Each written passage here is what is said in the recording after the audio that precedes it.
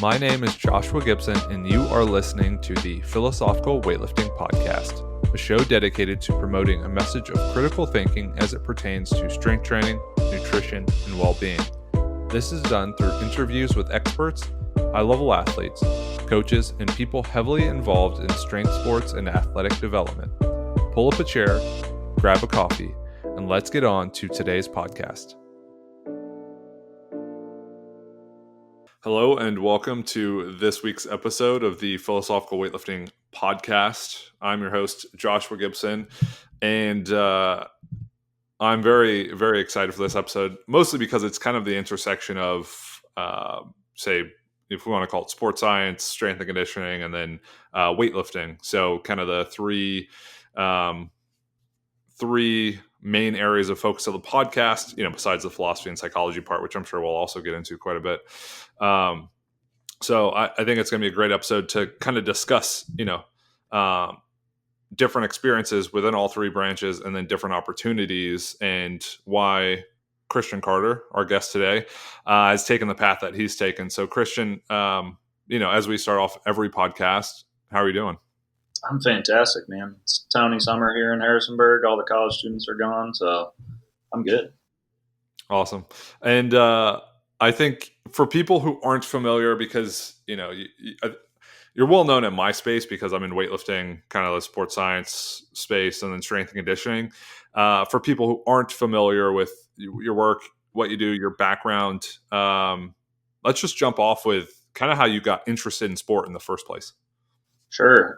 It's always weird to hear that people know me because I don't really do a lot on social media. My social media is like dogs and baking and some occasional weightlifting. So, but yeah, how did I get into sports? I'll give a brief potted bio, hopefully brief. So I played soccer as a kid, quit that when I was like 12, ran 1 year of track, played 1 year of football, was never really good as a average size skinny white dude, so I wasn't very good at anything. But I enjoyed the lifting part of training for football.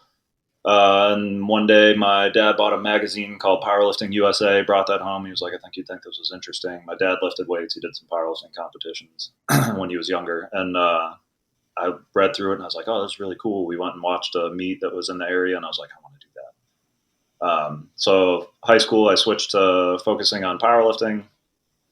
Did that throughout college. I went to undergrad at Wisconsin, Madison, started a powerlifting club there, and then eventually realized that strength and conditioning was a career.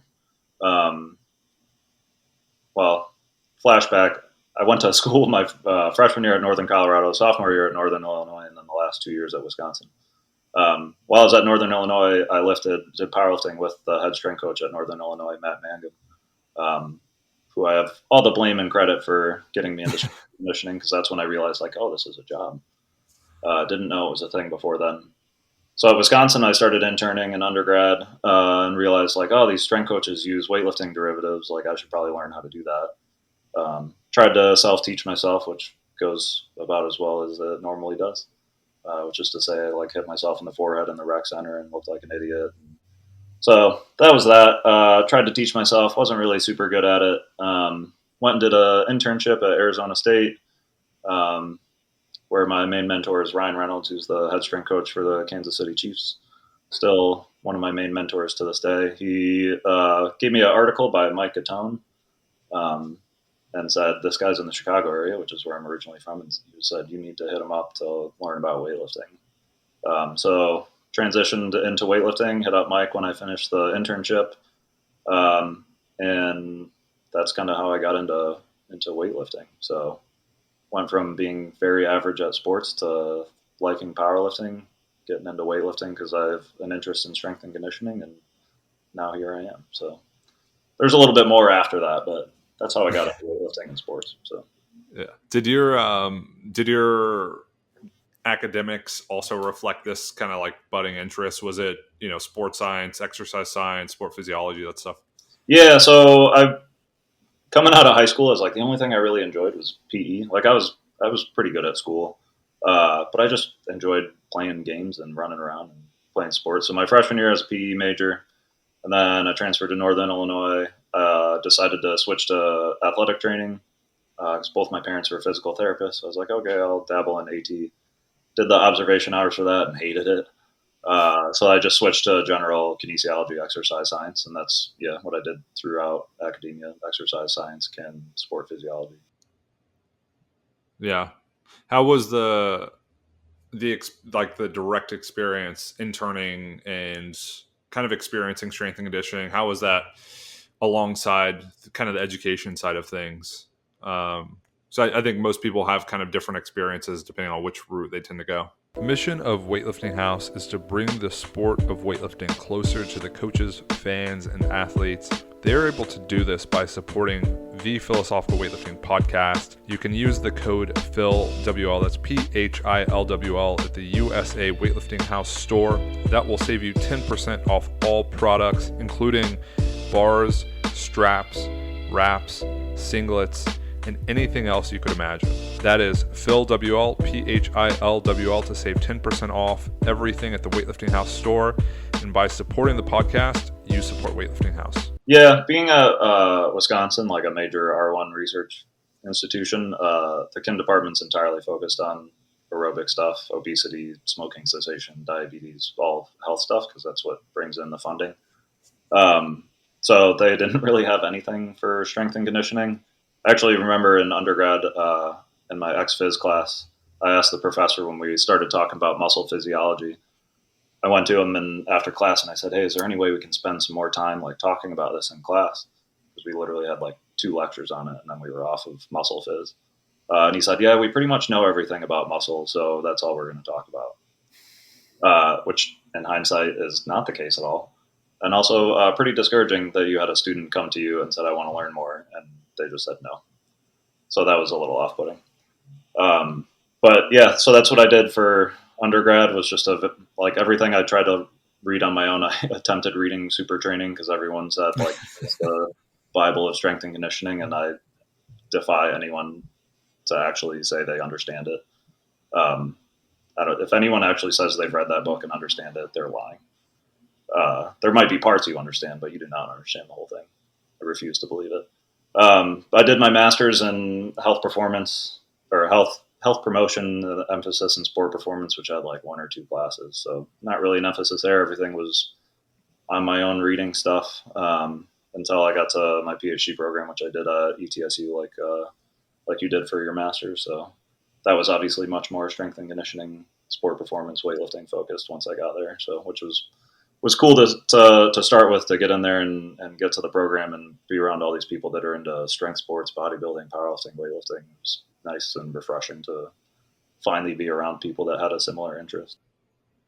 Yeah. And kind of curious to hear, knowing that your undergraduate and masters weren't necessarily as focused on sport performance or human performance, and it kind of took taking that next step to the PhD level to really get some direct experience with how to actually take someone from baseline or normal performance and kind of pull them to peak performance in a sport, or just kind of more generally. Was there ever any interest in going into academia and, say, being a part of a department that could curate some sort of like sports science, sport physiology, performance program to help add to? Or is it something where your interest really wasn't in academia? Yeah. So while I was at ETSU, no one, if anyone from ETSU listens to this, they'll know this is very true. I had zero interest in academia while I was at ETSU. I just wanted to coach weightlifting. I wanted to be a strength coach, and I wanted to coach weightlifting more than being a strength coach. So I had zero interest in it. Like I was like, I'm gonna dabble in this research thing and like see if it's for me. And I was like, this ain't it. I just wanted to be on the floor and coach. So I'm at James Madison University now as a director of Olympic sports for strength and conditioning. I taught a class for 7 years. I loved teaching that class, honestly. It was one of my favorite things. I think also I enjoyed teaching it because I wasn't full-time in academia. I was just an adjunct. It was the only class I taught. So I didn't have to do all the academic meetings and all the annual planning for academia stuff. I didn't have to write grants or do service or do research. But then like when students had an interest in it, if they were an undergrad honors student, a master's student, I would hop on their committee just to try to help them out with like trying to make a real life training protocol or something like that. Or we did a squat study with the biology department where we looked at footwear and squatting. And then I've been on some nutrition research projects. So the more I've been and the longer I've been at JMU, which has been, I just finished my 11th season, the more involved in academia I've been. I stopped teaching when they actually created a full-time position for strength and conditioning and created more classes for it, which we actually hired a ETSU master's student that did his PhD at Georgia, who now runs that program. So I taught that class for 7 years, but I was like, I just still enjoy, like I wear sweatpants and hang around with college kids in a weight room all day. Like it's pretty fun. So I wasn't ready to hang it up for khakis and a polo and a tie. So Yeah. Was that position at JMU something that came immediately after graduation, or what was the timeline of you kind of finishing your PhD, which maybe even before we get into that, what was your dissertation on? What did you look at specifically? What was kind of your line of research before you graduated? So I did my dissertation on comparing two different types of squatting, accentuated eccentric loading and a regular back squat. So back then, so I was in the first class. I graduated from ETSU, which I graduated in 2013. I started the program in 2010. We pretty much threw everything in the lab that we had at it. So we did the squat on the force plate with potentiometers. We had them hooked up to EMG, measured heart rate, lactate, blood draws. We even had them hooked up to the metabolic cart, which was thrilling for them to squat, hooked up to a metabolic cart. So we had pretty much every toy that we had in the lab. We were using it on them. Not necessarily because like another student, Chris McDonald, used some of that data for his dissertation. We didn't use every single piece of data. It was just like, we're just going to collect everything and then we'll see who takes what. So basically looked at accentuated eccentric loading. I think is challenging my memory here. I think it was the eccentric was down with 115 or 120%, and the up was with the concentric was 85%. We didn't have weight releasers then.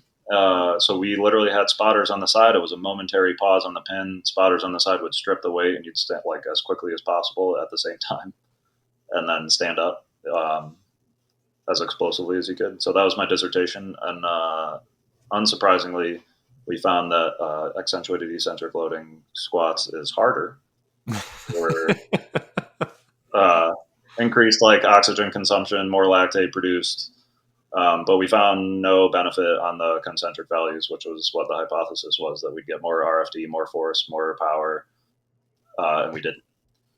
So that was interesting to try to defend. And it also, I think part of it was probably due to the nature of how we were doing it. We didn't have weight releasers, so you had to pause on the pin for a second and a half. So, you might get some unloading there while you're sitting in the bottom. We also only, I think our subject size was like 6 or 8 people, so it just wasn't a ton of people. So that was my project. We didn't really find anything. Now I know like John Waggle, who's at Notre Dame, kind of took that and ran with that project when he went there. He was probably there right after I left, I think 2015 or 2016 he went there.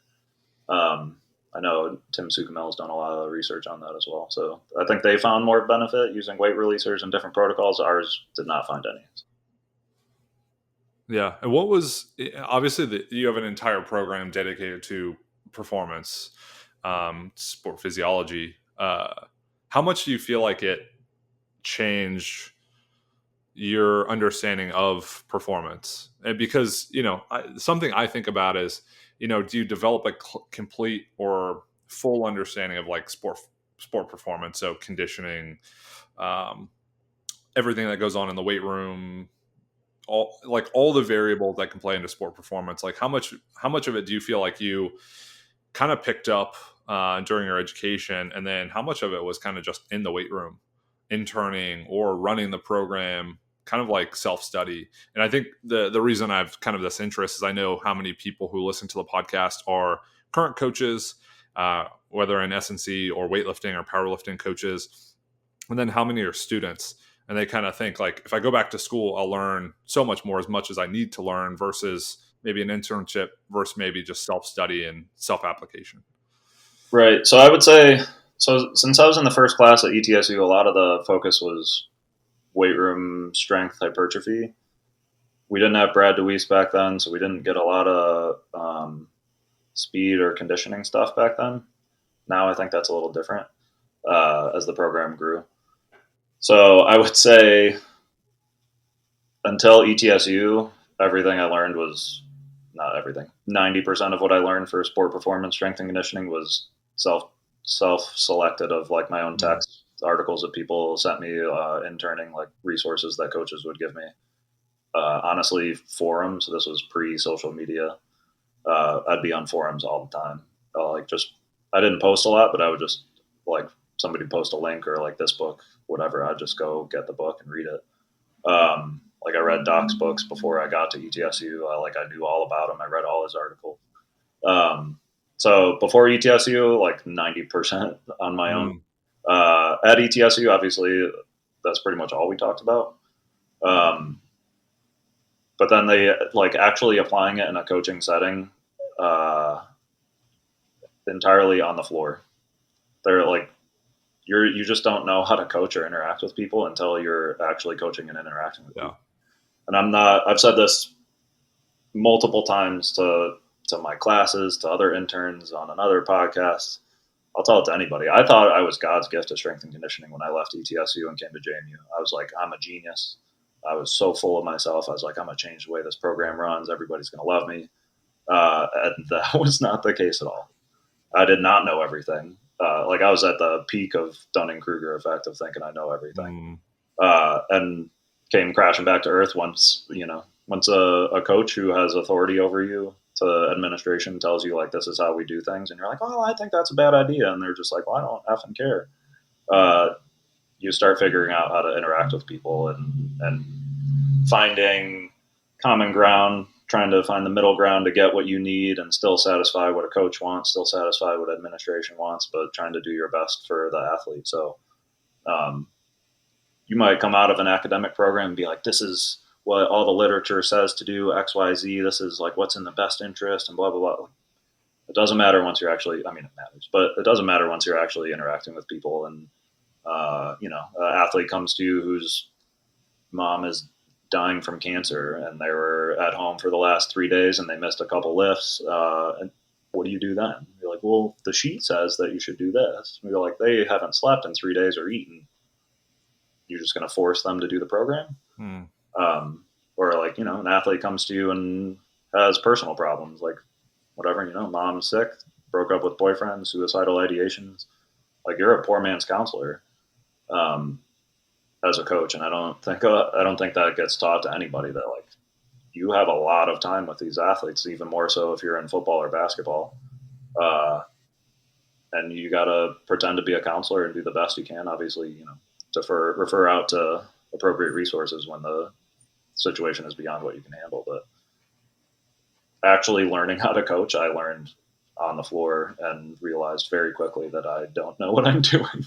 I still question that every day where I'm like, I don't know what the hell I'm doing, man. I just show up and turn on lights and hope I do a good job. So I do like the criteria. And I think it was one of the Instagram posts you put up where it's like, I just hope that someone walks in, see people moving pretty well, see a little bit of enthusiasm, and then they wonder who the hell I am.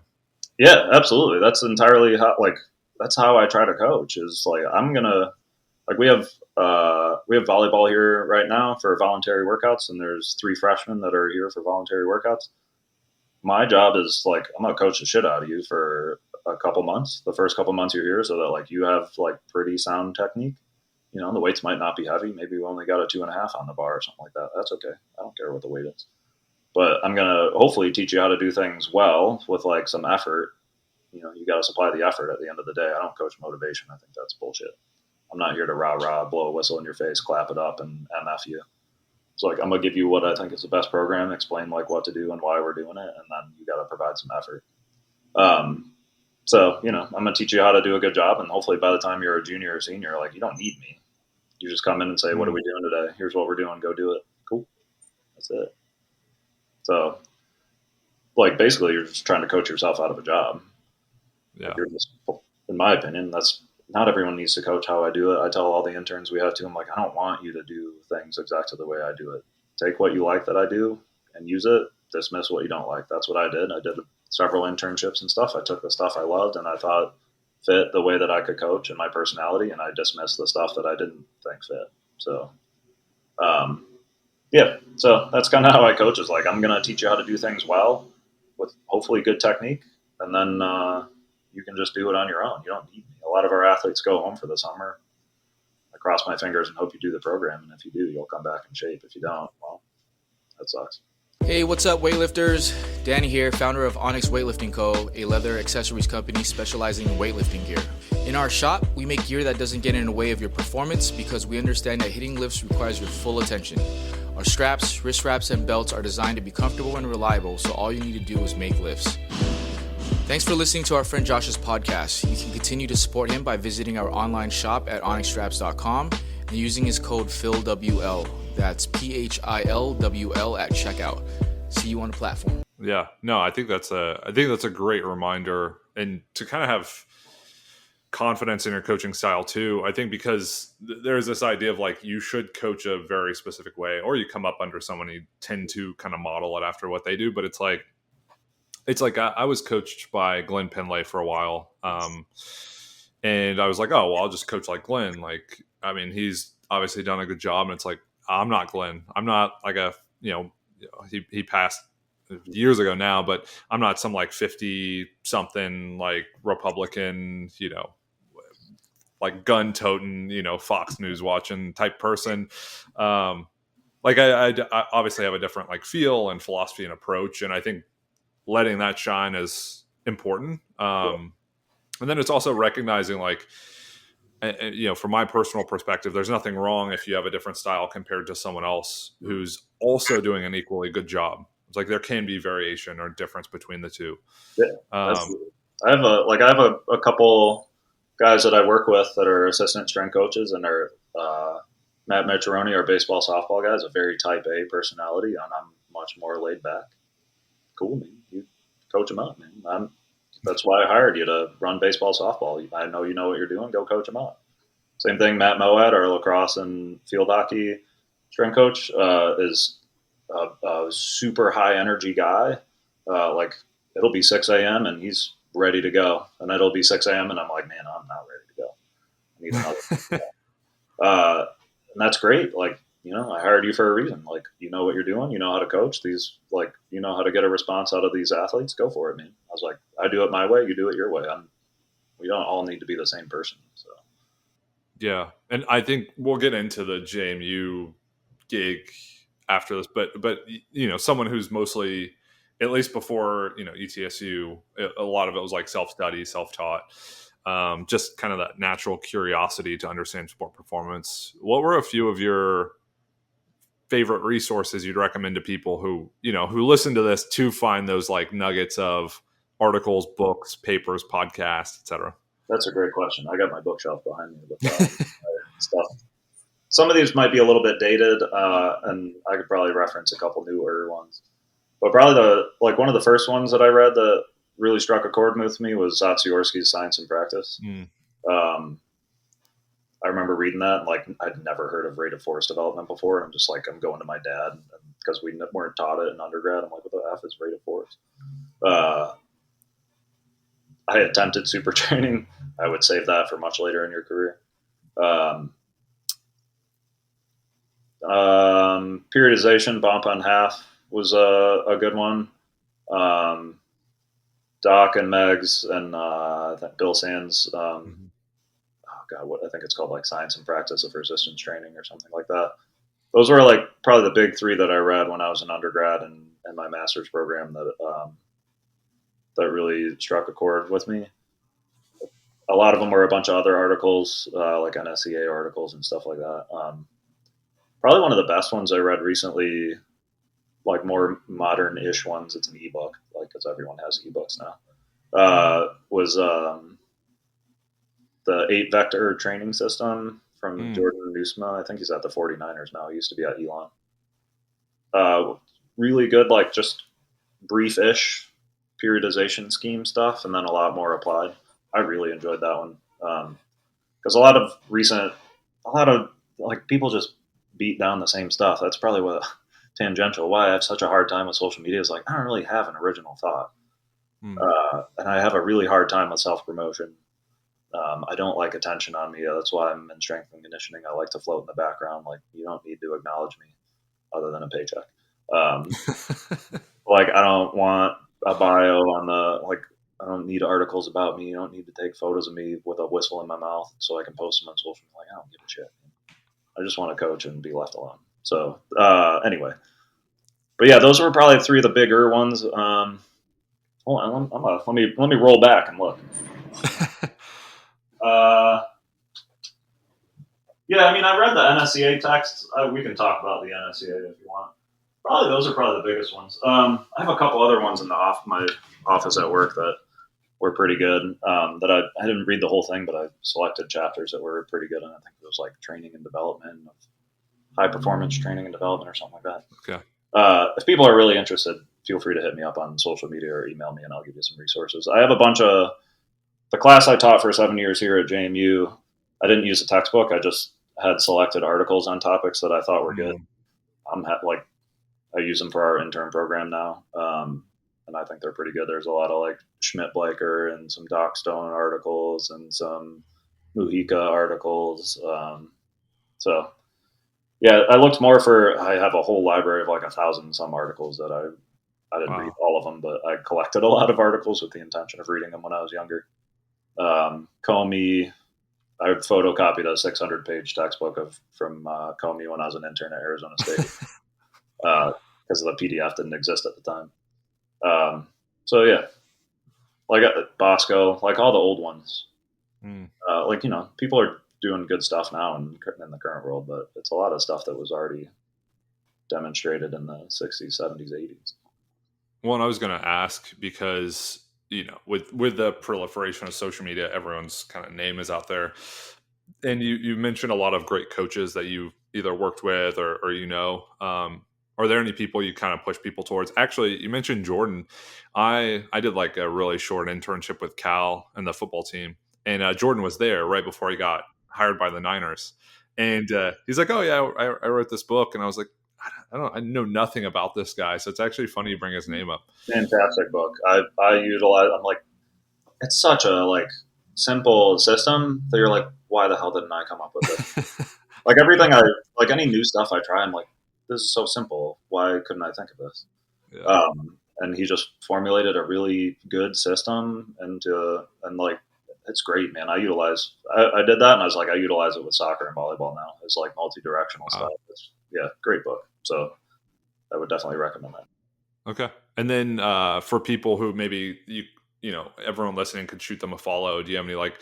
I know you mentioned Tim Sukamel, John Waggle, like. So I mean, my 2 biggest mentors, and I still consider my mentors, and are Ryan Reynolds, neither of which have a very big social media presence. Ryan specifically doesn't want one, but Ryan Reynolds at Kansas City Chiefs, the head strength coach. He was a grad assistant at Arizona State when I was there, and we still keep in touch. Like I can still text him and ask him questions and hang out with him. So Ryan Reynolds, if you have a chance to do an NFL internship, I don't know if he takes interns, but I would push him towards that. He's a big Sal Alosi guy, so he'd probably push people towards Sal Alosi also. But Ryan Reynolds and Mike Gatone, who's the current head of high performance for USA Weightlifting. I worked for Mike part-time for a little bit after I finished my Arizona State internship. I lifted for him for a couple years, and he not only influenced my programming a lot, especially my weightlifting programming, he also just influenced the way that I interact with people and the way that I try to coach people. He's just a genuinely good person. I have nothing but great things to say about him, and I'm honored to have been an athlete of his and be able to work with him for a while. So If you're in the Chicago area, Mike Catone, for weightlifting and strength and conditioning. He was also a strength coach for a long time. He threw in college. He was a strength coach for a while. He worked for the Bulls for quite a while. And now is weightlifting guru in the U.S. Dave Esther, also big influence on me in Chicago. He used to coach with Mike, and then now he's got his own team. I steal a lot from Dave and Mike. They also have had Piros up there for quite a while, so I would go up there and just pick their brain and steal ideas. Nobody has an original idea, so it's all stolen stuff, and then how you manipulate it on your own. But yeah, those are. I mean, shoot, if you look at my Instagram profile, I follow more accounts than I do have followers. Like I follow like 3,500 pages or something. Because like I just see somebody post something, I'm like, that's cool, I'll throw you a follow. And then I just never see it because it's the way social media is designed.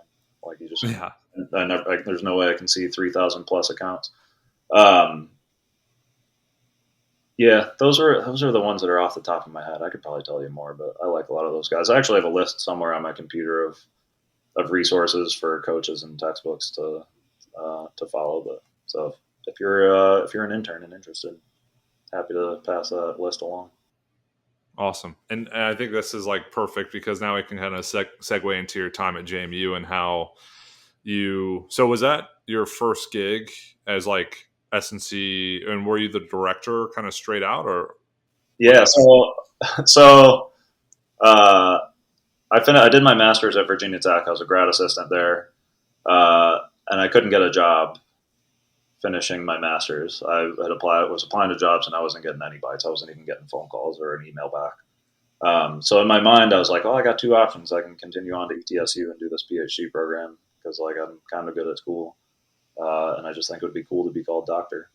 And then, or move home with my parents, which I didn't want to do. So, I did the program at ETSU and I kept an Excel sheet. I applied to 66 jobs after I finished at ETSU. I had three phone calls out of those 66, one of which was here at JMU and one on-campus interview, which was here at JMU. The questions I got on the three phone calls, the first question was, why do you want to coach if you have a PhD? Because it just wasn't. I think it's becoming more common now for strength coaches to pursue a PhD, or especially if you're sports science, to pursue a PhD. But it wasn't then, 11, 12 years ago. And my answer was, I just want to coach, man. Like, why does it matter? I just want to coach. I went to school for a long time. Whoopee. But I just wanted to coach. I have more fun coaching. So anyway, I applied to JMU. I got a phone call. I was brought on campus, and that was for a senior assistant position. And I ended up getting hired for that job. And then a year and a half, 2 years later, my boss at the time was Greg Werner. He left to go elsewhere, and I was promoted up, and I've been here ever since. And my intention was to, like, I hadn't really heard of JMU when I came here. I was like, I just need a job. And JMU in Harrisonburg, Virginia and the Shenandoah Valley of Virginia just has a way of sucking you in, man. I love it here. So, this fall will be my 12th season. Yeah. So what was it like? I mean, obviously you'd done internships up to that point, but going from kind of like this tenure in academia as a student to kind of coaching full time and then shortly being kind of pushed up the chain. What was that transition like from academia to coaching and then from coaching to directing? It was hard. So like I said, I thought I was a genius and that like I was going to blow people's minds. But they've all worked with support staff before. Like they know how they like to work, coaches in administration. And I thought I was going to come in and just like guns ablazing change people's minds on if they had done things a certain way or like offer things they hadn't seen before. And they're just like, no, like this is what we like to do. And this is what we're going to do. And I had to figure out how to communicate, which was not a strong point being in academia. Like you're just, you're buried in research articles. You don't know how to talk to people and convince them that your way is the right way. So that was a big challenge. Initially working really long hours was a challenge.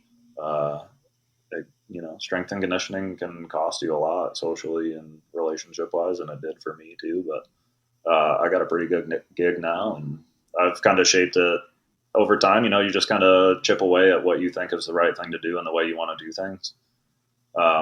It's a lot of compromise, a lot of trying to find a way to meet in the middle. I don't really think I'm good at it. I do the best I can, but like I have 3 assistants, and I do my best to try to help them navigate it. At the end of the day, like the coach is the one with the job on the line. In Olympic sports, you usually, knock on wood, you usually don't get fired for wins and losses. The coach will, but you might get to keep your job. Football and basketball, you're going where the coach goes. So if the coach moves up, you're probably going with. If the coach gets fired, you're probably getting fired. Olympic sports, you don't get the notoriety or the paycheck that goes with football. So usually your job is more safe. So when you're working with somebody whose job is on the line with every win and loss, like you got to convince them to change the way they normally do things if you think that there's a better way. So it's been a lot of literally learning on the job of like, what's the best way to get what I want, to try to meet you in the middle so that, we still have a perception of like blood, sweat, and tears, but it's not just grinding you into the ground for the sake of grinding into the ground. So how can we get the air quote mental toughness? Don't get me started on that topic, but the air quote mental toughness with still getting effective training. So yeah, how'd you manage that? Oh, you're good. How'd you manage that transition? Because I imagine it could be rough having to not only like it's a new job with new hours, new responsibilities, all that, but it's like, and learn how to do it well at the same time. In a different place with different people. Like, how'd you navigate that transition kind of like internally as well as like externally? So externally, I reached out to I would talk to Ryan when it was my first job, and I'd be like, I have this situation, like I don't know how to do, and he like what to do or how I should do this. And half the time he would just tell me to shut the fuck up. Like, it's not that big a deal. Like, calm down. So Ryan was a good sounding board where he's just like, and I would like send him programs to review where I'm like, we coached at ETSU, I coached at Virginia Tech, but now this is like full-time coaching. So I'm like, does this make sense? And he's like, yeah, dude, like, you know what you're doing. Like, so it was a lot of needing reassurance from other coaches that like, I do know what I'm doing. Like, even though like on the surface I thought I was God's gift, I was still like, do I really know what I'm doing? So it was a weird back and forth. So mentally, go to therapy. And then this might steer us down the philosophical path. Probably the biggest thing that changed was like when I came to JMU, I had no family in this area, no friends. I was in a relationship at the time that ended a few months into me being here. So I had no relationship, no friends, no family, totally lost, a previous history of mental health problems. I'm like, shit, I don't want to go back down that route. So therapy, highly encourage it. Check your ego, check your pride. It's okay. Go get help. That's why people have jobs, to help you. So that, and then my dad sent me a book, and one of my friends, Jeff Fryer, who was also an ETSU guy, sent me a book on meditation. And that has been the biggest influence in the way that I coach and the way that I interact with people on a day-to-day and the way that I interact in my own mind. Has been meditation, and I guess you could probably call it secular Buddhism. So that has been like how I worked with it internally and externally. It was had people like review, like, am I doing this the right way? Like, I had this situation at work, or like this coach wants this and I don't know how to handle it. So bounce it, like no one has all the answers. So ask for help that are from people that are better than you. And that have more experience than you. And then internally, like, work on your shit. No one wants to be around an asshole, man. Like, there's a reason cliches exist for a reason. And there's a reason that people say, like, you catch more flies with honey than you do with vinegar. Because people want to be around nice people. No one wants to be around an asshole. Like every time you interact with an asshole, you're just like, man, that guy was a dick. Like, I don't want to be around them anymore. So why would you be a dick?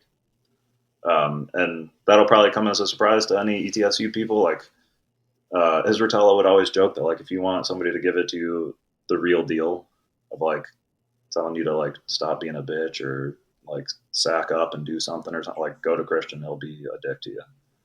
And I was just, I don't want to be known as that person. And I think I'm doing a better job of changing that. You know, I've had 10 years to work on it. So that, yeah, work on your shit and talk to people that are better than you at stuff.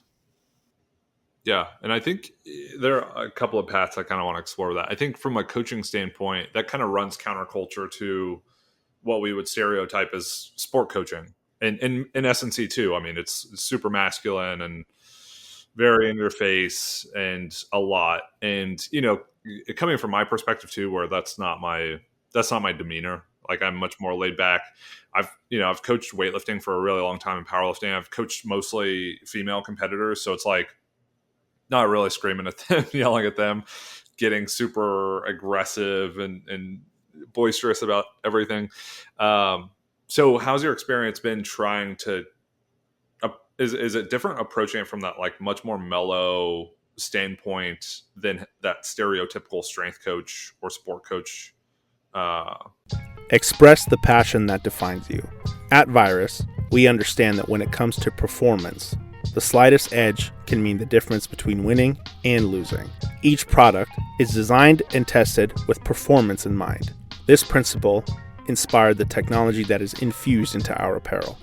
Built with the intention to move with you and work for you, we create tools meant to help express the passion that defines you. The future of technology-driven apparel. Improve performance, prevent fatigue, recover faster, and go further. Virus is a proud sponsor of Josh Gibson and the Philosophical Weightlifting Podcast. Use code PHILWL for 10% off at checkout. That's PHILWL, PHILWL, for 10% off. Yeah, I think so. I prefer coaching women. I have one men's team in men's soccer, and then I coach volleyball, which is a women's sport, and then I coach track, and we only have women's track here. We don't have men's track. I love my men's soccer guys. I just think my personality tends to mesh better with female athletes because I've always been introverted, always been quiet, always kept to myself.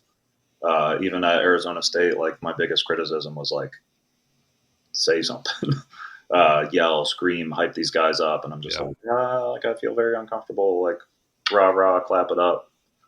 I'm like just yelling banal platitudes of, like, you got this, keep going, like when I was an athlete, if, like, we're doing conditioning and, like, you're just like, come on, let's go, keep it up, you can do it. I'm like, shut the fuck up. I know. Like, just leave me alone. So, like, and that my coaching style doesn't reach everyone. I realize there's athletes that respond to, like, the in your face style, and, I'll do my best to try to hype you up and get you going, but it's just not, I'm not going to fake who I am. Or who I think I am anyway.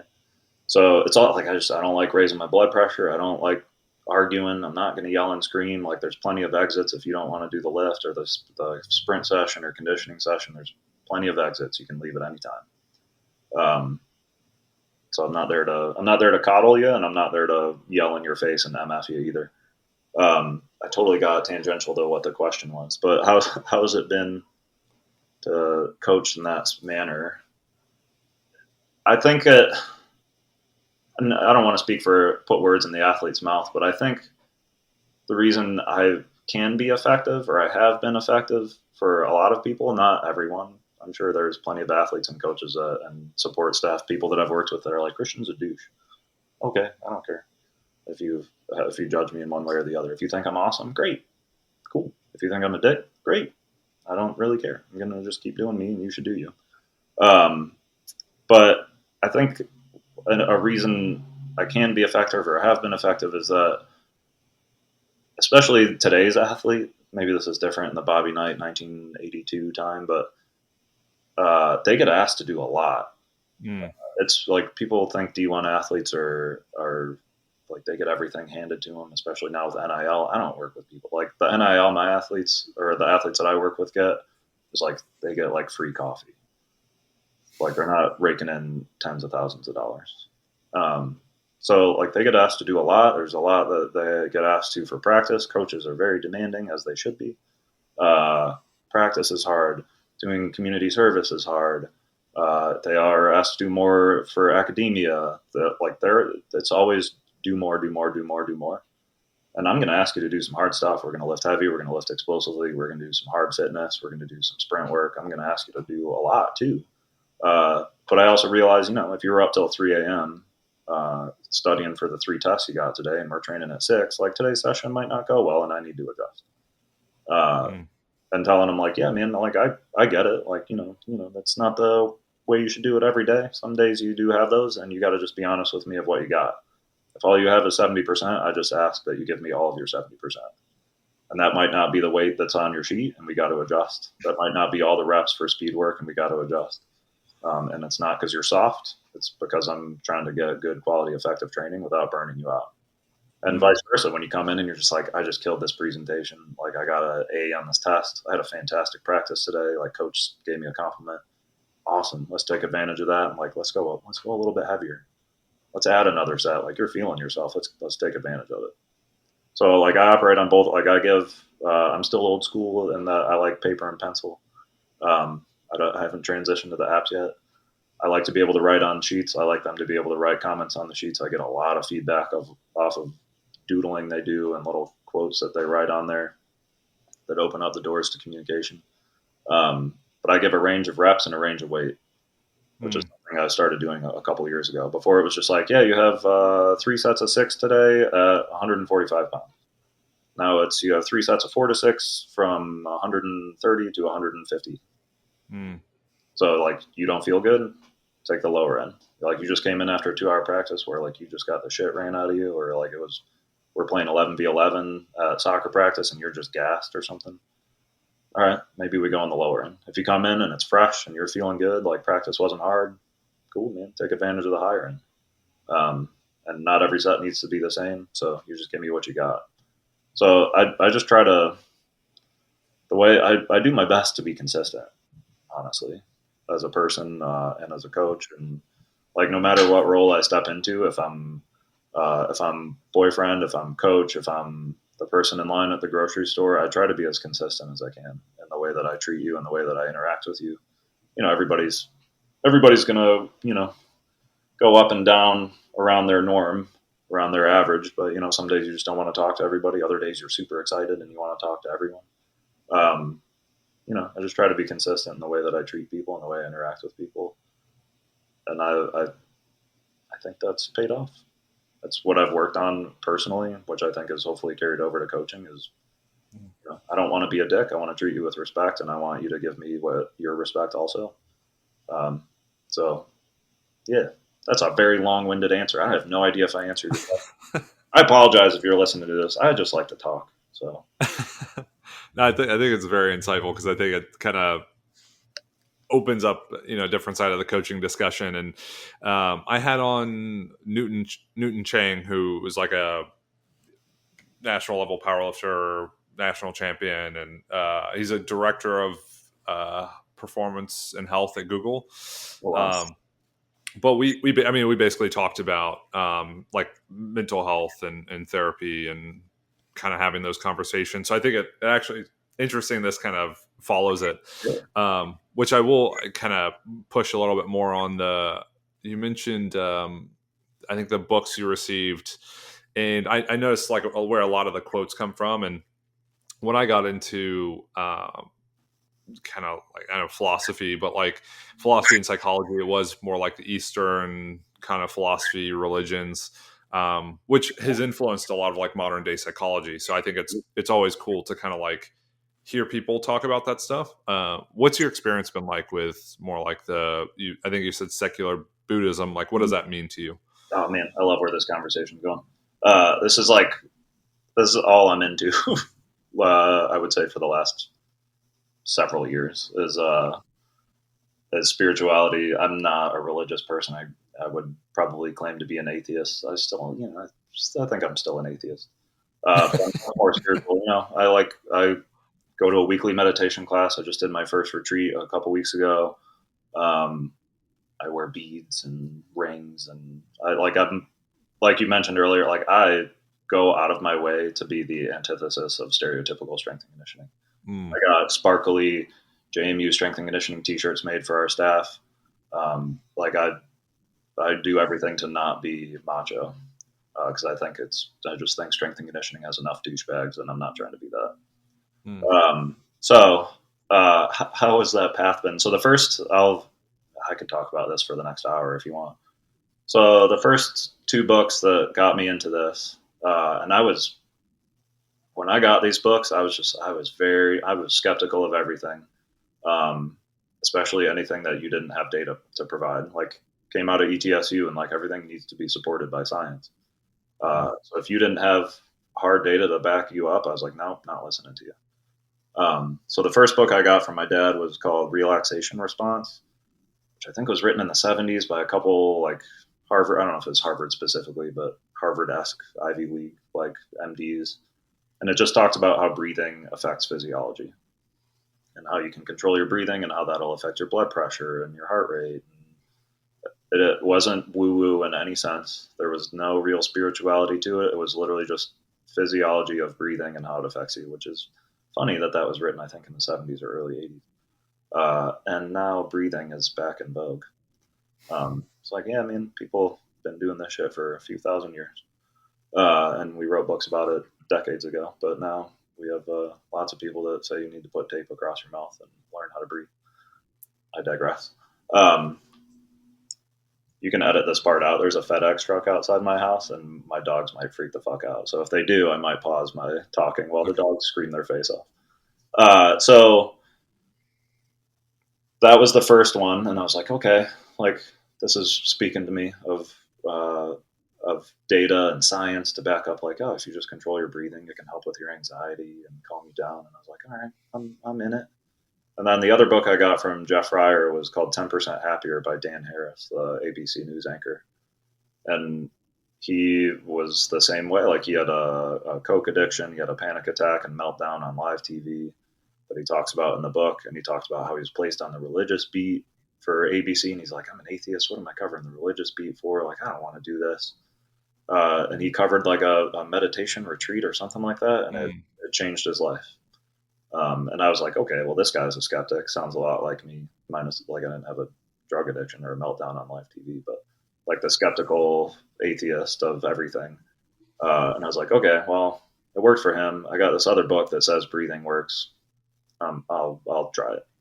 But I just started on my own, and then I found there was a Koru, K-O-R-U mindfulness class that was offered here at JMU over the summer one year, and it was targeted at students, but I emailed the woman who ran it, and I was like, hey, I'm a staff member. Like, can I join in on this? Turns out everyone that went was a staff member.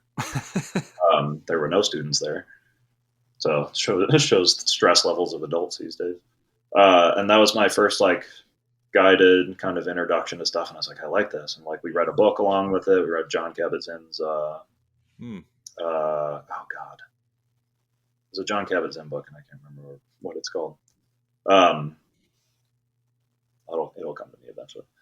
But read that, and then there was another. I found like a flyer at like a coffee shop or something for a yoga studio was doing meditation mindfulness classes. Went to that. Turned out that guy ran the writing center for JMU, Jared Featherstone. Took every class. I've been in every class he's offered for the last 6 years. And he just does them at yoga studios in town. During COVID, he would do them on Zoom. And then one of the guys in that class reached out to me a little more than a year and a half ago, because Jared's classes kind of toned down with his own work. He's also doing a PhD, and he runs the writing center, so he's got a lot going on. He's actually a neighbor, lives like a block away from me. But one of the guys that was in those classes, his wife opened up a yoga studio, and he was doing weekly meditation classes. So I've started going to those in the last year and a half, 2 years. And it's fantastic. Like it is blocked out in my schedule. People are like, oh, do you want to go to quiz night at the bar or something on Thursday? I'm like, no, I got meditation in. Like, that's my church. it's like a non-negotiable thing for me to do. I try to meditate every day. Some days it might only be 10 minutes. Some days it might just be like trying to lock in on the dog walk.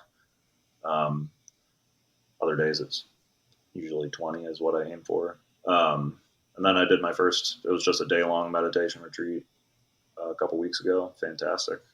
So that's where my path has been. Pretty much everything I read is some sort of Eastern philosophy, Eastern influence. I just finished a book that I didn't understand half of it, so I'm going to have to get back to that one. But yeah, it's like I got like 40 books in the queue that are all like Eastern meditation, mindfulness related. The more esoteric, the better, because if I don't understand it, like I want to know more. So like I generally, if there's something I want to know, if I don't know it, I want to know more about it. So the more esoteric, the better. So I'm just like, okay, I didn't understand that at all. I need to take a step back and work on my fundamentals more. It's just like training, right? It's like, yeah, I want to be enlightened now. Well, you can't be enlightened right now, or can you? So you got to put the work in on the path. So then we can go down a rabbit hole here. Like one of the bigger influences, or now the two most recent biggest influences, three, I guess you could say, from stuff I've read is Alan Watts, and a massive influence. I'll go to every time. Like I can't wait to get to Pittsburgh and find bookstores to try to get as much Alan Watts stuff as I can if they got any. So I'll go to every bookstore to look for old philosophical stuff. Alan Watts is kind of in vogue these days, so it's hard to get his stuff. It's just rare to find his books too. Sam Harris, not to be no relation to Dan Harris. I know Sam Harris can be controversial politically. I don't really give a shit if you don't like him politically. But his Waking Up app, the conversations, the theory that he has on there with all sorts of different teachers. I listen to every single minute there's like 120 hours of Alan Watts recordings.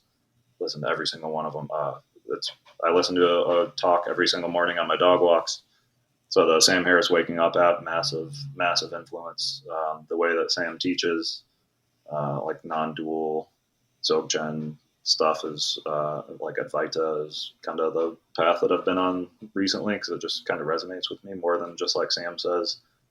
The Buddhist path seems it just doesn't click. Like it seems counterintuitive to me. And obviously like I'm not a Buddhist master.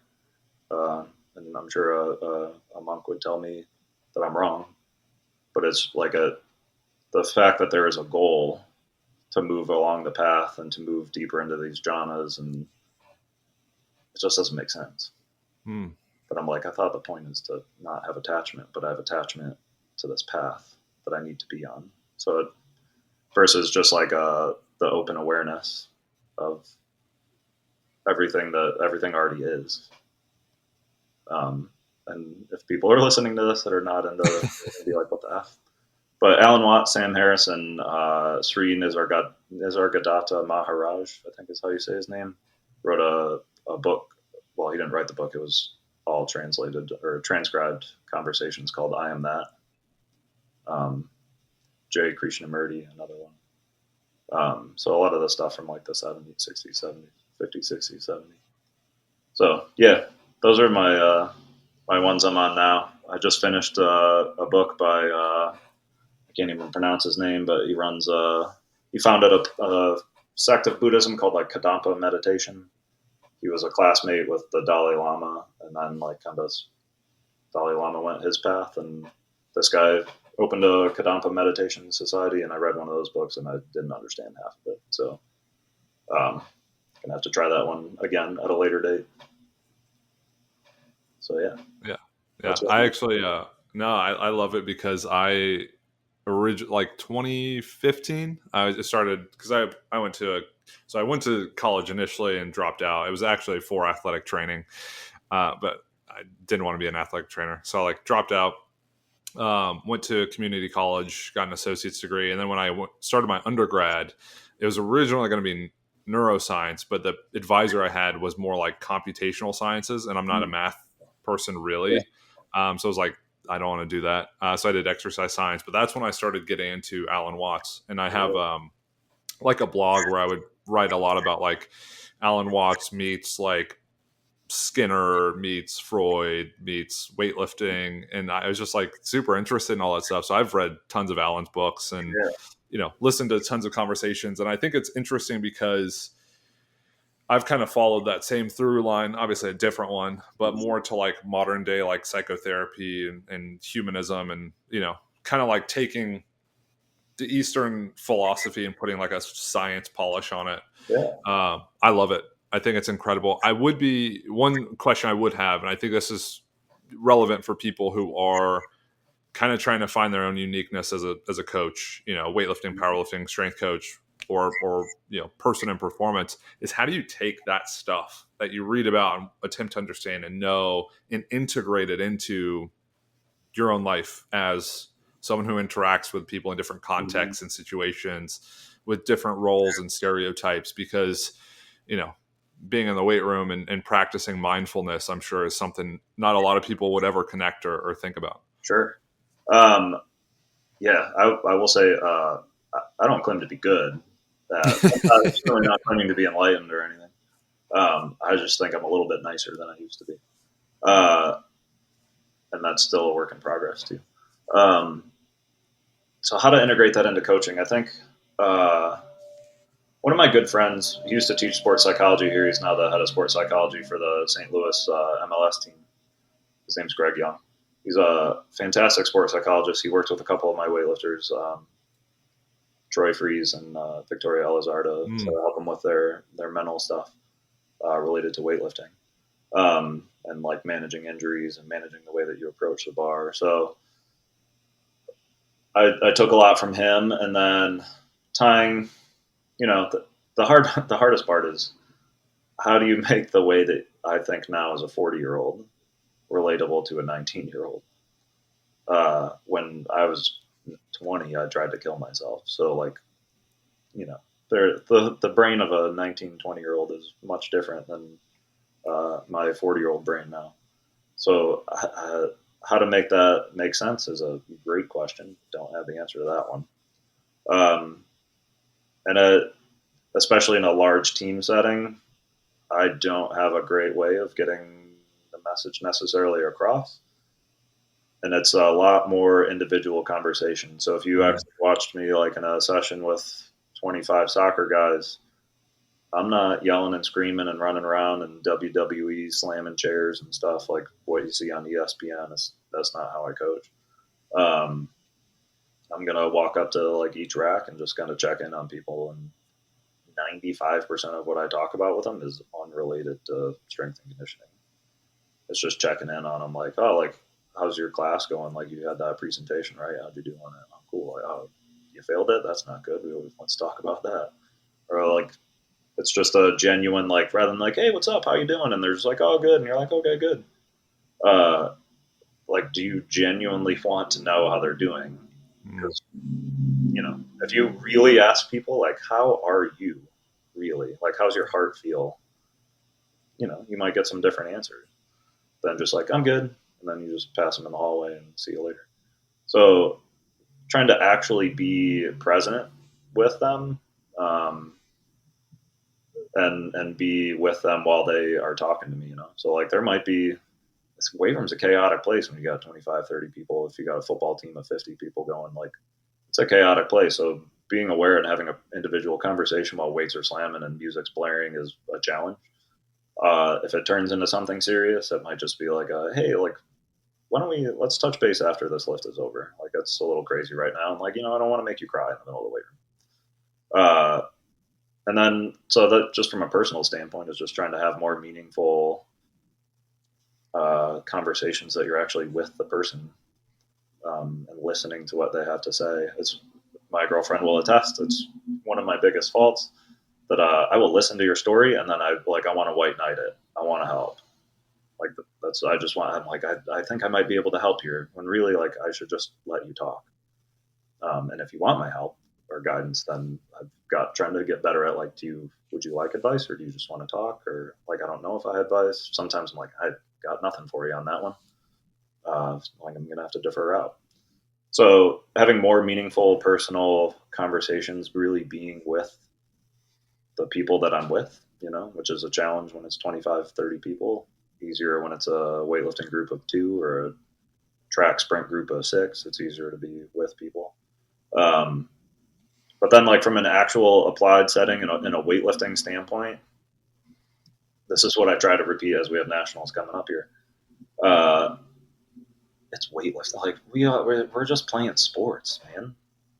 Like, this isn't war. Like, we're not going to battle. No lives are on the line.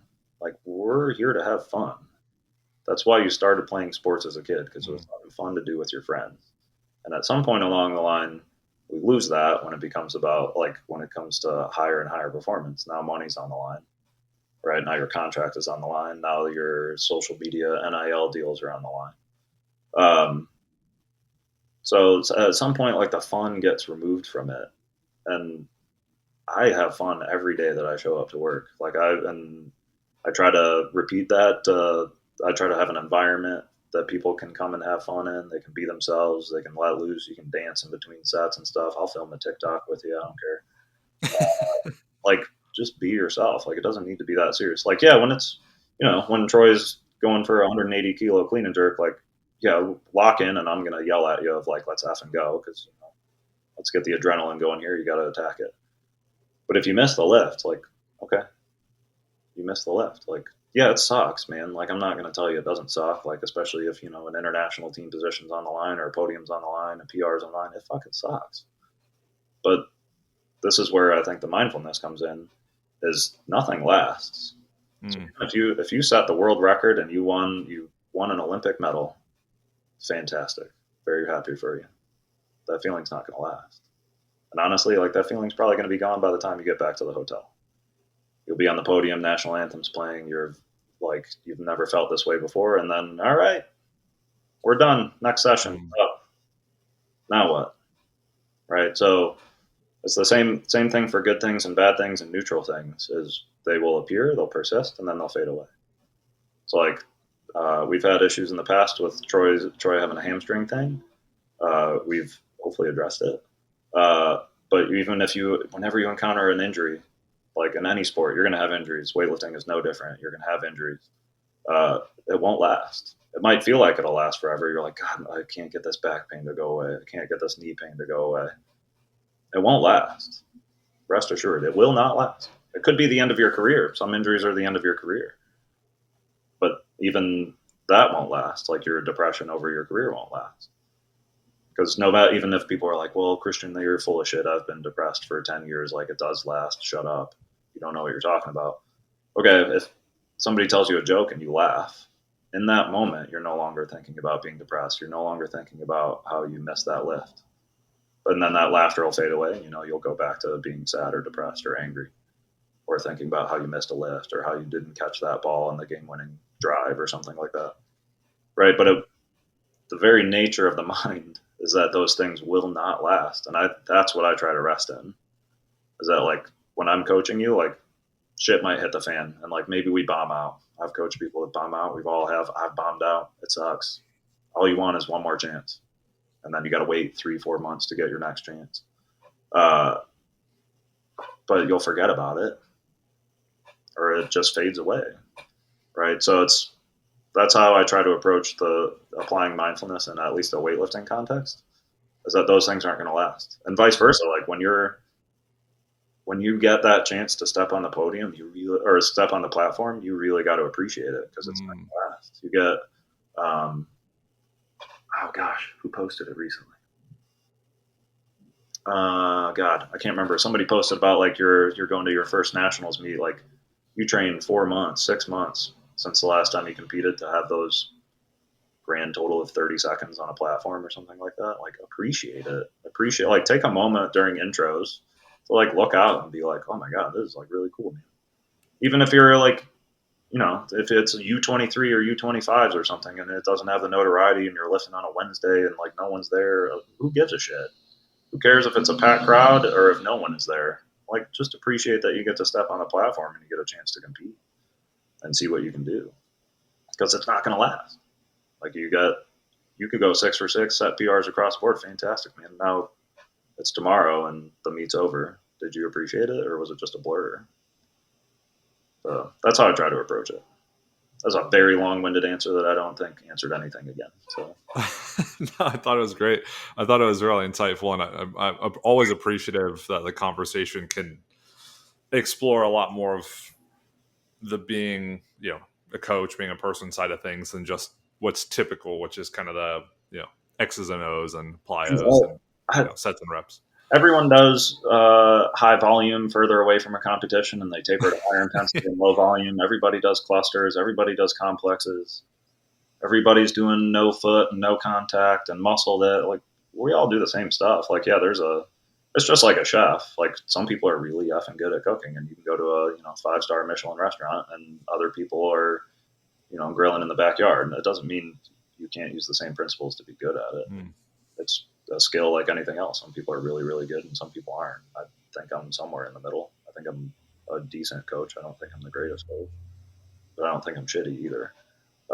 So like that stuff is boring to me. Talking X's and O's of programming strategies, that shit's boring to me now. Like I'll still do it and I still learn stuff. I'm not saying I don't, but it's just not as interesting as life and the mind and philosophy and spirituality. Like that's way more interesting to me than like how many sets and reps do you prescribe and what intensity do you do? Do you use RPE? Do you use percent? Oh, I don't fucking care. So if you see me at a conference or a weightlifting meet, like don't ask me questions about how I program. I don't give a shit. Talk to me about life. Yeah, that's great. So when everyone who listens to this sees Christian at a future meet or conference, they can just go ask him about, the most recent book he's read or the most like profound thing he's experienced or thought recently, and kind of dig into that. Yeah, like I'm not saying I won't talk weightlifting or strength and conditioning, and like I said, reach out to me if you want resources. But I just think this is so much more interesting, and maybe that's just. I remember having this conversation with some buddies at a bonfire several years ago that like, once you cross 30, I think things start to click a little bit more in your brain because, it takes a while for that frontal cortex to develop. And I'm sure like I just turned 40 this year. So I'm sure when I turn 50, I'll be like, you thought you fucking knew shit when you were 40, you dumbass. But I think also, by law of averages, I'm more than halfway through my battery life. And to my knowledge, this is the only conscious experience that you get. Unless I don't subscribe necessarily to the reincarnation aspect of Buddhism. I actually wrote down a bunch of questions in the margins of the book I just read related to this topic. So like, I'm not ready to die yet. I realize it's coming, but like, I've spent a lot of time being angry and depressed and like hating everything and not aware of my surroundings or the way I treated people and the things I said to people. And it's just not a good way to live. And it's a better way to live to just be aware. Because that's in the end, all you really are is awareness. So even if you don't think you're aware, if you're just like, no, like, I don't think I exist in awareness at all. Like I'm not conscious at all. The fact that you're aware of that thought means you are. So we can go further down this rabbit hole. Well, this will be a 6-hour podcast of us repeating the same paradoxes over and over.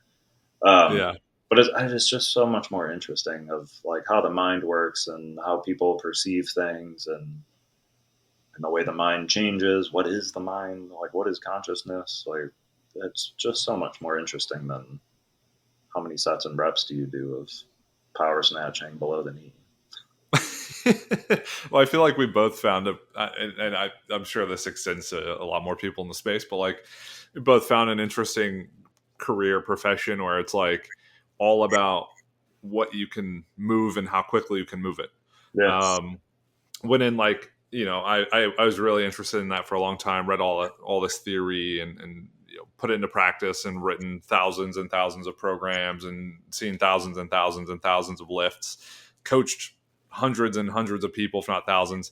And it's like, now what interests me is like philosophy, psychology. And I'm like, I almost wish I would have gotten into psychology a little bit more and pursued that as like a profession, because, yeah, it's kind of the same thing. It's like it's not you get burnt out. It's just like, yeah, you're going to squat 5 sets of 6 at whatever weight. It's like, yeah, and you'll get stronger and you'll get more, more muscular, and then we'll get better at weightlifting.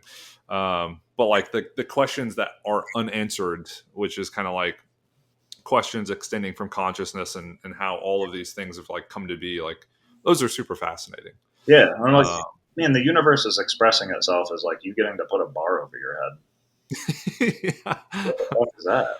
That's pretty, like, it's cool. But like, Yeah. at the end of the day, that's all we're doing. It's just putting a bar over your head. Like, and I'm not detracting from like the dedication that people put in. Like I did it and I coach people to do it, and I'm super stoked to watch the Olympics. But at the end of the day, we're just playing games here, man. So like, like the first thing I tell people, like the first thing I'm gonna say to Troy and Vic, who are my higher level people competing this weekend, and the same thing I'll say to the junior national lifter that's gonna go on Wednesday. Have fun. Yeah. That's why we do this, because it's fun. Yeah. It's fun to challenge yourself. It's fun to see what you're capable of. It's fun to make friends. Like, don't sit in your hotel and don't keep to yourself in the warm. Like, introduce yourself. Talk to people before and after. Leave them alone while they're lifting. But talk to them before you start warming up. Talk to them after you warm up. Like, go just shoot the shit with people. Go up to the people you follow on social media and tell them that like how much you enjoy their content. Like, go meet people. Like, one of my favorite things about traveling to these national meets is the travel. I get to go to cities that I've been to Pittsburgh a bunch. I'm stoked to go again. I have a bunch of friends that live there. Like, I want to go to places I don't normally go. Wilmington, North Carolina in December. I was like, why would I want to go to a beach town in December? And then I was like, I had a blast. Wilmington was super cool. I can't wait to go back. Yeah. So I just visiting, like going to the bookshop in Wilmington, woman was fantastic. What a great conversation that was.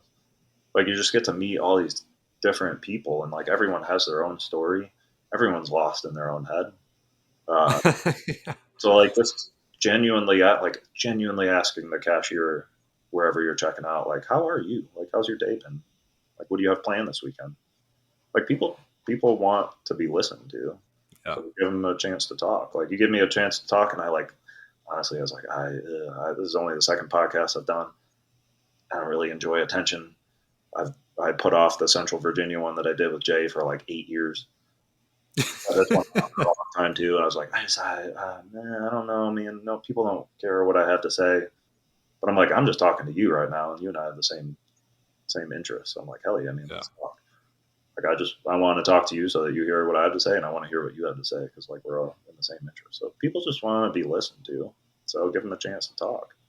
So I'm super stoked. I love going to see some of these people I only get to see twice a year at American Open and Nationals. So it's just exciting to see people again, reestablish relationships, meet new people, and explore the city. Like, that's more than half the fun to me. Like, yeah, I'm there. Like, we're gonna kick some ass. And if you want to be coached by me, hit me up. But like, yeah, I want to lift, and I want people to have fun and crush PRs and try to win some medals and move up some rankings and stuff like that. But like, at the end of the day, if we go 0 for 6 or 6 for 6, I'm happy either way, man. Like, I know 0 for 6 isn't the most fun to be around, but we'll get another shot. And if for some reason it's your last shot, like, that's okay too. Life goes on. So yeah, actually, you kind of basically said what I would have said in that same situation, which is, recently I've been able to go to Las Vegas to coach, which has been awful. It was so awesome. It was so much fun. I went to Seattle, I went to Wisconsin. It's like, I get to go to Salt Lake. I get to go to Tucson. Like, you get to travel to watch people lift weights and coach them up in the back room. Like, fantastic. And then you get to go for a hike and have coffee and good food afterward and have good company. It's like, that's really what it's about. Yeah. Like, it is so cliche. I remember on my interview here, I remember being asked a question of like, something along the lines of like, why do you want to coach, or something like that? Like, what do you think you bring here, or whatever? Some like cliche answer. And I remember saying, like, I know that the cliche response is to say like, it's all about the kids. And I said this. I said, I know that's the cliche answer, but I was like, you're hiring me to help win rings and championships. So that's why I'm here, is to win. Because I thought it was God's gift of strength and conditioning. And I've like, it's a complete 180 now. I'm like, yeah, like I still want to win. Winning is a hell of a lot more fun. And like JMU has had a fantastic year. I don't know if we'll ever have another year like it. I think like 9 or 10 of our 14 teams won a conference championship or went to the season. Like, we fucking killed it this year across the board. Not just football and basketball. Like lacrosse went on a run. Men's soccer went to the Sweet 16. Volleyball went to the national tournament. Swimming won on like their 6th or 7th straight conference championship. Like, we crushed it this year. And it's way more fun to be in a winning program than losing one, I'm not going to lie. But like, I have more than a dozen conference now, like postseason championship rings. I take a picture and like send it to my parents, and then I put it in the pile with the rest of them. Like, I don't give a shit about the ring. It's literally about, it's so cliche. It's about the people I work with. Like, I went to my first athlete wedding on New Year's Eve. It was so cool to be able to socialize with them outside of a strength and conditioning context. Like, people that graduate from here and finish their eligibility and they decide to stay in Harrisonburg, I'm like, fuck yeah, we're hanging out, man. Like, I can't wait to go out with you. Like, I'll hit them up. Like, I hit them up this past week and I'm like, hey, are you in town? Like, we're going to go downtown to this like thing that they have, or do you want to come? And I'm like, yeah, I realize like I'm the old geezer, but I'm just like, dude, like, I have so much fun with you in the weight room. Like, I want to have fun with you in real life too, and like show you what Harrisonburg has to offer, and like, you know, just show you the stuff that I do. And then you can, like, I'll go do the stuff that you do. Like, I'm not going to go to a college party, but, you know, like, what are you into? I want to do what you do. So it's super cliche, but, you know, cliches exist for a reason because they're somewhat true. And it's all about the people if you let it be. And that's a lot more fun than it is to just make it all about wins and losses. So that's also the beauty of being support staff, is like, it doesn't have to be about wins and losses for me. If you're the head coach, like, it's all about wins and losses. But yeah, I love meeting people. Like, we get a lot of international students, and I'm like, how the heck did you find JMU? That's cool. Like, what's your background? What'd you grow up doing? So it's just, yeah, it's fun to meet people. And that's coming from somebody who's a self-proclaimed introvert. Like, I don't like attention. I don't like talking to people that I don't know. And it's like, I kind of have to force myself to be like, no, you know what? Like, people are interesting. Like, people are fascinating. So it's just like, I'm gonna put myself out there. Like, I might do something really embarrassing and be like, oh my God, I'm the guy that just did that. And then chances are they've already forgotten about you. Yeah. Like, you tripped and fell and everybody saw it, ha ha ha ha, and no one is talking about it. Or like, you did something embarrassing on the platform, people like for a day might be like, oh my God, did you see that? And then no one remembers. Yeah. Like, unless you did something really embarrassing. But, you know, people are lost in their own world. You don't need to worry about what they think of you. Just be. Yeah. And I'm sure people who listen to this might be interested in you entering their world as a weightlifting coach. Where could we direct them if they'd be interested in checking out? Because I've always had like that thought of, what is Christian doing? Because I followed Troy for 7 years now. It seems like 8 years now, 6, 7, 8, and I've kind of seen you, like, your association with him as a coach, and I've always thought like, I wonder what they're up to. If people are interested in actually learning more about that, either contacting you to chat about it or get programming or coaching, where can they find that? So yeah, I don't even think I mentioned this in the nearly hour and a half we've been talking, but I coach for Renaissance Periodization. So Mike Israel and I went to grad school together, and I was lucky to be at the right place at the right time to be associated with RP. So my weightlifting club is RP weightlifting. RP_weightlifting is our team page. And you can hit me up on Instagram, Dr. Coach Carter, all one word, is my Instagram. You can shoot me a DM there. It's my personal page. So if you really want coaching, hit me up on the RP one, but you can DM me on the personal one too. Or you can email me, Christian at Renaissance, or shoot, what is my email? Christian at rpstrength.com. Yeah. Dr. Coach Carter on Instagram, or Christian at rpstrength.com. Email is probably your best bet to get a hold of me. I'm not, like, I started the RP_weightlifting Instagram page of like, I'll post like technique videos and like infographics and stuff. And I was like, that's hard. It's hard to do social media stuff. I thought it'd be easy. I was like, yeah, I got ideas. It's hard, man. Yeah. And I'm just like, that's not what I want to spend my time doing. Yeah. It's like, so like, I'm not trying to be a Power and Grace or a Catalyst or Cal Strength and have like, or East Coast Gold and have like 100 lifters all across the country. Like, I have a small team. I've had people as far as Singapore, Washington State, and I live in Virginia, so Washington State's far away. So like I've had people all over remote train. I don't have a gym in person. If you're a JMU student, you can intern for me and then you can lift with me. So come to JMU. Or you can go to the local CrossFit in town. Like I have people that do that. So you can hit me up and we can talk about remote coaching. If you just want to talk philosophy or something, whatever, cool, man. It's kind of hard to like DM and text philosophical ideas, but I just enjoy talking to people. So come tell me your story. I say this to almost everyone, every athlete, every class I've taught. If you have mental health problems and you don't know where to turn, I'm happy to like point you in the right direction. I'm not a counselor or therapist. I'm not going to be able to like help you out in a critical situation if you DM me or anything. But if you're just like, yeah, I'm interested in therapy, I don't know where to start. Cool, man. Like I'll figuratively hold your hand and we'll figure it out. I'll help Google around and find places, or there's all sorts of resources online these days. So don't be afraid to speak up about that either. But yeah, that's kind of what I do. I want people. If you want to be coached by me, this is what I usually tell people. I don't care how good you are. If you are an Olympian or if you are like in your first 6 months of training, like I don't care how good you are. I just want people that want to be good at weightlifting.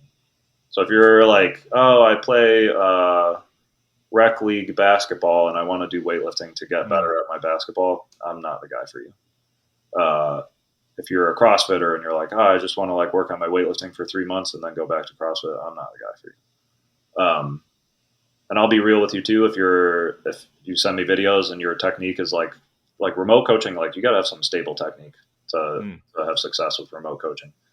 If I think your technique needs in-person feedback, I'll be real with you and tell you like, hey, I can help you find you a coach in person. Like, I don't think I can work with you remotely because your technique needs in-person feedback, live feedback. So I'm happy to be honest. Like I've turned away clients that are just like, oh, I want to work with you. And I'm like, this is too challenging. Like, I don't think I can make this work. And that's not like a shit on their technique. It's just like, go get more established technique. And then if you want to work with me, we can figure it out. So if you have like a reasonable, usable technique, like you're not doing a standing long jump with a barbell swing of it, you're not splat jerking or something, we can probably work together. But I want you to want to be good. So if you're just like full of excuses, you can have excuses. Like they're there for a reason. Like you have a bad day, a bad week, a bad month. That's okay. Should happen.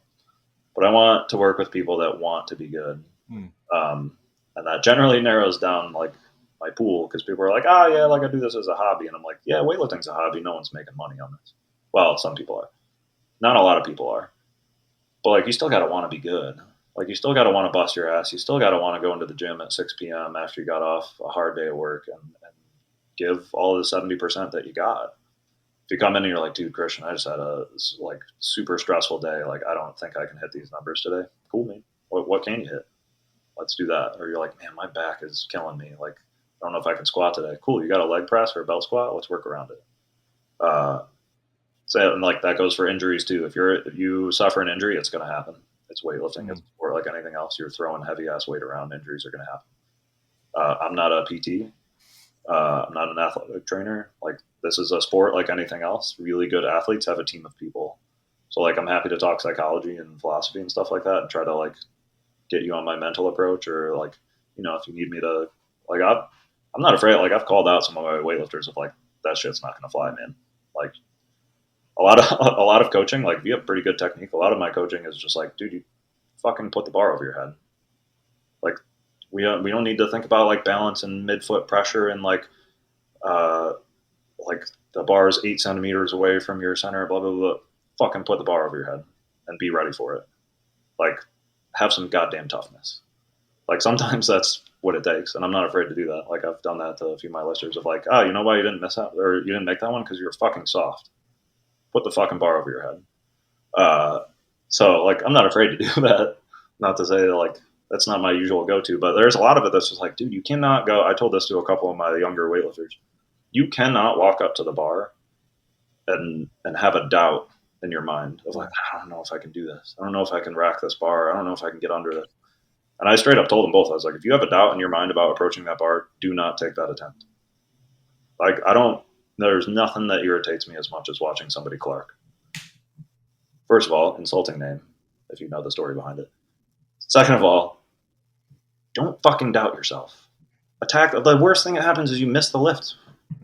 Okay, like, yeah, you know, there have been like some crazy injuries that have happened.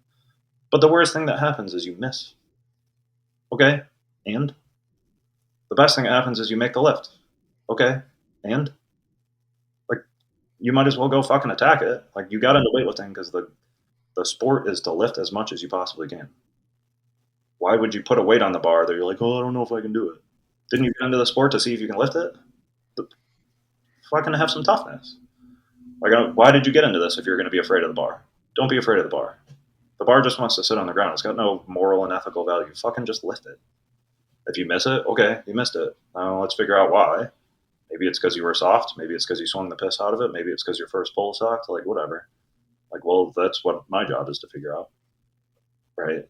And sometimes it is like, oh, yeah, you know what? Your first pull was garbage there and you swung the piss out of it. But, like, also, like, you just weren't tough overhead. And I'm going to encourage you to be tough overhead rather than nitpicking. Like, oh, the balance was more like 25% in the midfoot and you were more in your toes there. Sometimes it's just like, you know what? If I just tell you to, like, attack this and have some effing confidence, it'll fix itself. So and people are like, swinging the piss out of it. Well, maybe if we fix this part off the floor, you won't swing the piss out of it. So, like, yeah, like, your technique might be shit on that rep, but also, like, you were just, like, mentally soft. Can we be harder, right? And maybe that'll fix some of your technique when you actually just, like, try. And I joke around with this with Troy all the time because, like, years ago he said it one time and I will never let it go. I use it all the time. Like, he, like, missed a lift a few times and then he made it and he was like, yeah, you know, he's like, it's easier when I, like, try. And I was like, yeah, right? I was like when you try to make the lift rather than being, like, intimidated by it, like, it's easier. So try. Like, what the worst that happens is it's, you know, it's like anything else. Apply for the job. Worst they're going to say is no. Ask the person out. Worst they're going to say is no. Like, go for it. Like, what the alternative is to live in fear your whole life? Like, come on, man. I did that shit for too long. Don't do it. So anyway, this is I promise our coaching interactions are not this long if you want. It's usually much shorter than this. But it's, you know, I want people that want to be good. I don't care if you suck at it or not. Like, you could toil at the local level for 20 years with me for all I care. Like, if strength and speed and technique and stuff, they're all skills. It doesn't mean you can't improve them, but it does mean some people are really good at them. And some people aren't. Like, I can't draw or sing or dance, but I can take drawing lessons or dancing lessons or singing lessons and I can get better. Doesn't mean you can't get better. You just might not be the best in the world. Like, you might never make a national championship in your entire career. You just don't have the skill set for it. That's okay. I'll still work with you. Like, I want you to be as good as you think you can be. I want you to have aspirations of making it to nationals. Maybe it won't happen. And on the other end too, like, hell yeah, I want to work with somebody that goes to the Olympics. That'd be dope. I had one lifter that was invited to a team for Singapore a couple years ago. Unfortunately, it was in the middle of COVID, so that didn't happen. And I was, like, super stoked. That's the first time I ever had a lifter invited to an international team. And I've, you know, Vic's in a stacked 71 class, like one of the most exciting classes in weightlifting, in my opinion, 71 female. It's going to be hard, but I think she can do it. I think she's got the mindset. Above anything else, she has the mindset to do it. I want to work with people that are like Vic. I want to work with people that are like Troy, that, like, they're going to dedicate, like, you got to make some sacrifices to be good. Like, if there's no one on the Olympic team that has a full-time job. outside of weightlifting, right? Like you're not laboring for 50 hours a week and then going to the Olympics, right? So yeah, it takes some sacrifice to be really good, whether you are pursuing that Olympic level or you're just trying to make some PRs, man. That's the people I want to work with. If you're just like, oh yeah, like I have fun lifting once in a while and like I'm gonna skip sessions and like not go out of my way to try to find a gym on a vacation or something, I'll work around your schedule. But if all you're gonna do is make up excuses to suck, then I don't want to work with you. That was a 20-minute me selling myself on coaching. I don't think I think clients off of that one.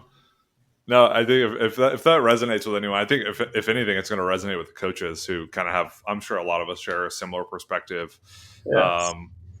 Especially because the people who are interested in weightlifting are so far ranging that it really is just finding people who are compatible, people who want to work hard, people who want to have fun, and see it as being something they can take seriously, but not take themselves too seriously. Yeah, kind of, if that makes sense. Yeah, and it's all this stuff. It's like strength and conditioning at JMU is my full-time job. Weightlifting is my an RP is my other job. So like I don't need to coach weightlifting to like pay my mortgage. So like I can be a little bit more selective. Like it's not my. I would love to coach weightlifting full time. I'd love to have a gym of just 100 weightlifters. That'd be fantastic. I don't want to open a gym. First of all, it's a money pit. But it's all like, I'm not even going to take my own advice because I'm scared of the risk of like, all right, if I do open a gym and then I go, I lose $500,000 and I have no savings left. And so I'm going to be a little more selective of who I work with. I've turned down people that are, they're like, well, I do weightlifting to get better at this, but like, I think I might want to be good at weightlifting. You let me know when you want to be good at weightlifting. Yeah. Not like you're going to pick up hockey and your amateur hockey league and also want to weightlift. No, I mean, I just work with weightlifters. So if you just want to be a weightlifter, you want to be a boring old weightlifter, I'm the guy for you. Yeah, and all that stuff that Christian listed will be down below in the show notes, so you can click on that. You can find your way there pretty easily.